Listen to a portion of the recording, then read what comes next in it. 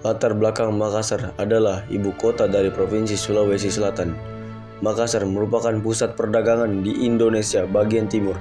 Hal ini disebabkan karena letak wilayah Makassar yang strategis dan menjadi bandar penghubung antara Malaka, Jawa, dan Maluku.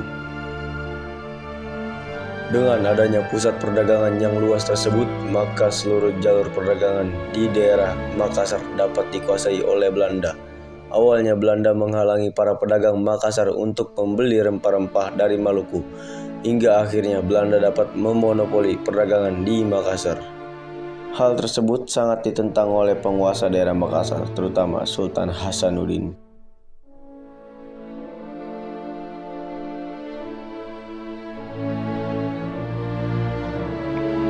Jalan Perlawanan Makassar tahun 1633 menjadi tahun pertama dalam pertempuran yang dilakukan antara rakyat Makassar dan Belanda, VOC.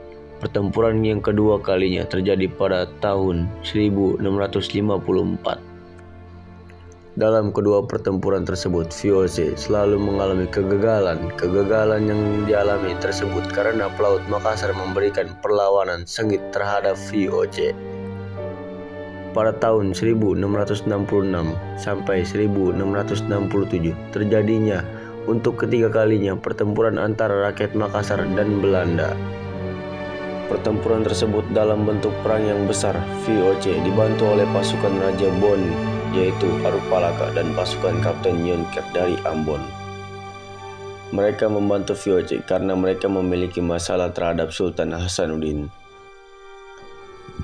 Spelman, pemimpin pasukan Angkatan Laut VOC, mampu menyerang pelabuhan Makassar dari laut, sedangkan pasukan Arupalaka mendarat di Bontain dan berhasil mendorong suku Bugis untuk memberontak pada Sultan Hasanuddin.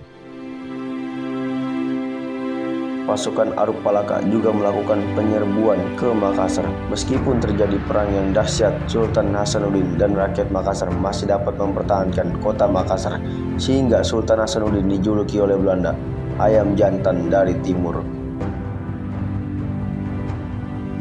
Akhir perlawanan di akhir cerita, Sultan Hasanuddin tidak berhasil mematahkan ambisi Belanda untuk menguasai Makassar.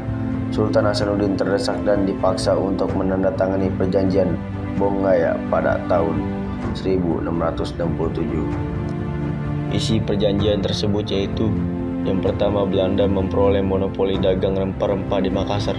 Yang kedua, Belanda mendirikan benteng pertahanan di Makassar. Yang ketiga, Makassar harus melepaskan daerah kekuasaannya berupa daerah di luar Makassar. Yang keempat, Arupalaka diakui sebagai Raja Bon.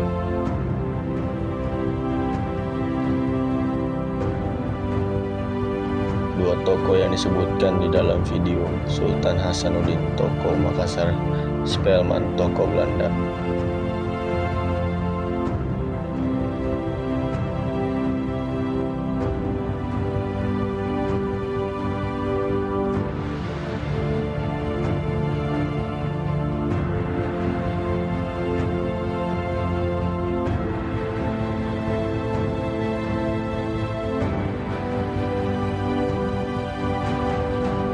Mungkin itu saja yang bisa saya bahas. Saya Bayu Kafi, izin pamit undur diri.